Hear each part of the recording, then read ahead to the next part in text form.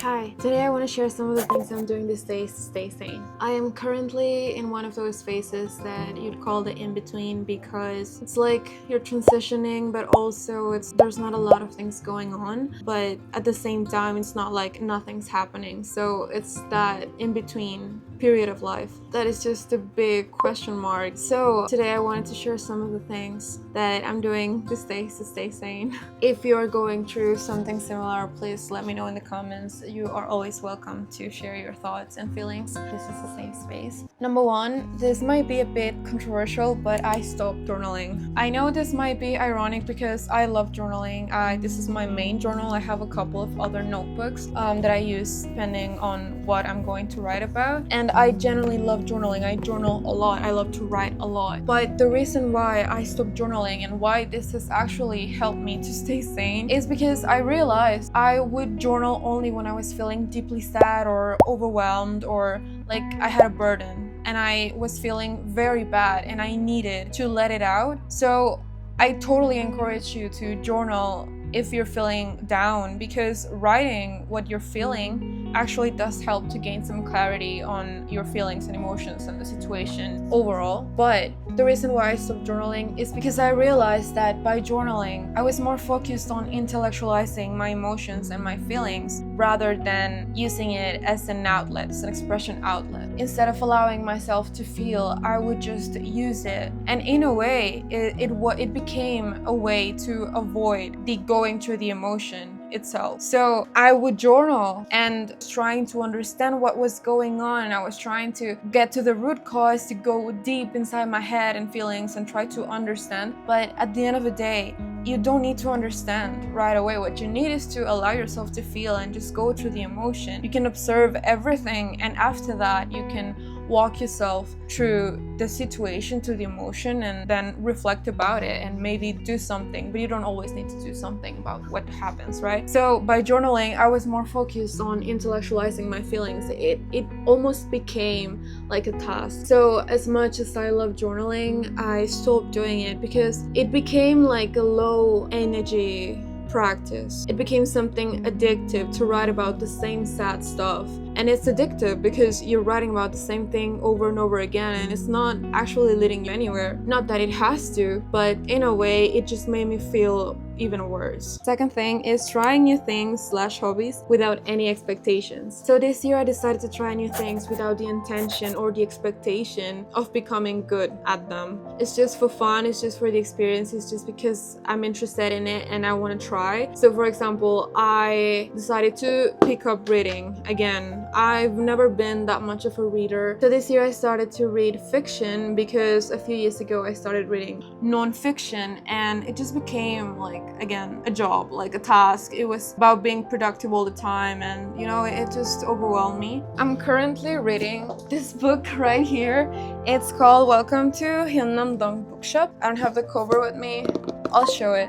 But as you can see, I'm already halfway through, but I'm not doing it with the expectation of finishing the book or just learning everything I should be learning from this book. Because at the beginning of the year, I set myself a goal of reading 12 books at least this year. And I have to admit that that's not been going well. But I decided to, instead of focusing on an external outcome like reading 12 books per year, I think it's more about, you know what, I'm enjoying this book, I'm taking it slow, I'm reading when I feel like reading, not instead of making it feel like it's a task. So some of the other things I'm doing for fun without any expectation is painting. I've mentioned this in my recent videos a lot, so I'm not going to go through that a lot. It would be amazing to become a great painter, a great artist in the future, but right now I just want it to be a cozy expression outlet. Whatever it is that I'm going through, I want to just be able to pick my watercolors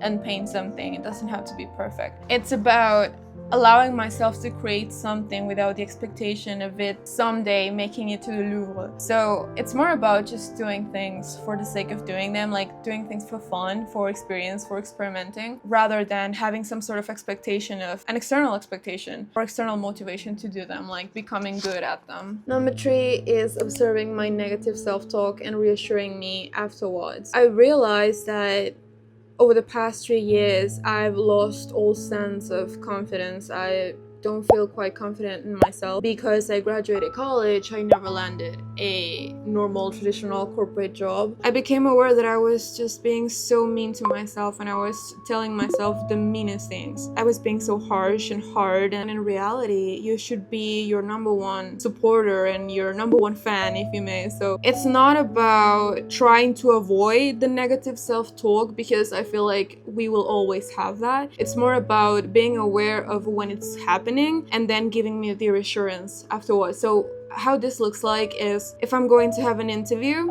and I'm super scared, I'm like, I don't have the experience, I don't have the skill set, I'm not confident because I'm not good enough or I'm not qualified enough, I'm gonna observe those thoughts, and then I'm going to say something like, you know what, this is coming from a place of fear, and it's completely okay, it's completely valid and normal to be scared because you care. So, but at the end of the day, you're doing this because you want to do this and because you're interested, and because after all, there are some other things, maybe not an official job that you've done, but there are a lot of other things that you've done that are proof that you do have the skill set and that you have the abilities and the skills. If this interview goes well or not, that doesn't define your worth as a person more than anything. So that's the kind of things, depends on what the topic of your negative self-talk is about, but I'd say it's very important to, instead of trying to deny it or avoid it completely right away, like rejecting it right away, it's more about observing what that negative self-talk is telling you and then acting after that. Number 4 is actually very related to this, and maybe some people won't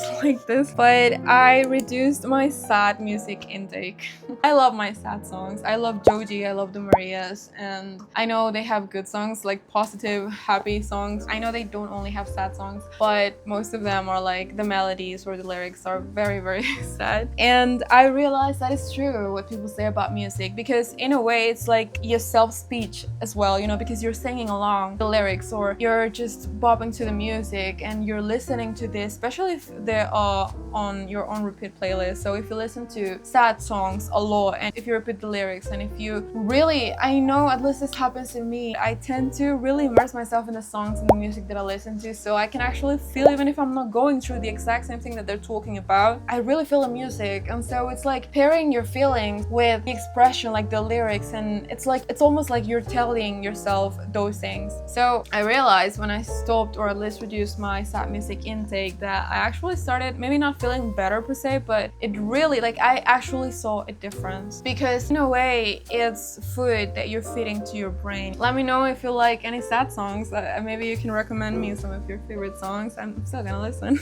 Next is allowing myself to be bored for a little while. For example, looking or staring at the wall but having no thoughts, or at least trying to have a blank mind. And this helps with the misconception that we must be productive 24/7. So maybe you're too busy, but I've been trying to implement this at least regularly, like just staring at the wall, staring at the ceiling, or just not doing anything, like sitting on the floor and just trying to not to think about anything, being there. It's like trying to be in the present moment. Some people do it like name 5 things you hear, 4 things you can see, 3 things you can smell, 2 things touch, 1 thing you can taste. So it's almost like trying to do this being in the present moment techniques. But for in this case is for me to allow myself to be bored, and what I'm trying to do is, as I said, so maybe those techniques are for you to be in the present moment, but I've been doing this to try to get rid of the mindset that I have to be productive 24/7, because I have a huge problem with the idea, the misconception that I must be productive all the time. So to address that, I've been trying to just stare at the wall and avoid thinking about anything. Even if I have stuff to do, I'm just going to be like staying still, and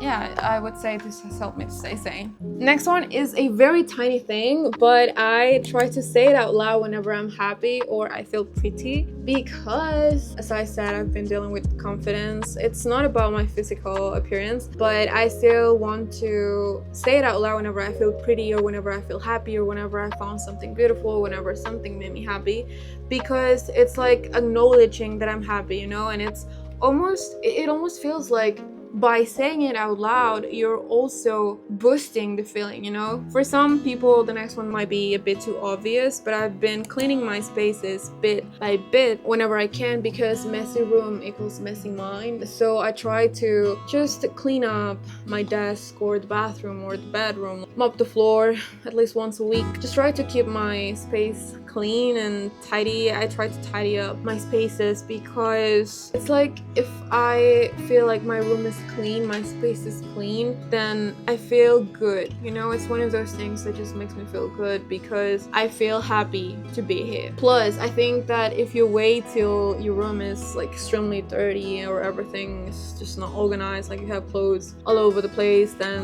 of course it's going to feel like a burden to actually get to clean. And the last thing I've been doing to stay sane is paying attention to what I pay attention to and get more of that without feeling guilty. I know it sounds a bit weird, but I'm gonna explain. I'm basically referring to acknowledging the things that I enjoy doing or that I enjoy in general. Paying attention to what I pay attention to means that I try to be aware whenever something sparks something in me. You know, when I'm really enjoying something or when I find something really fun or really enjoyable, because that way I can try to get more of that in different ways, or I can try to get that feeling from other things that are similar, because I'm trying to get more of the things that I already realized that I enjoy doing. And the reason why I said that I try to get more of that without feeling guilty is because I feel like oftentimes we feel guilty whenever we feel happy or whenever we try to be happy. We just feel guilty because we shouldn't be that happy or we shouldn't be trying to be happy all the time, and it's very normal to not be happy all the time.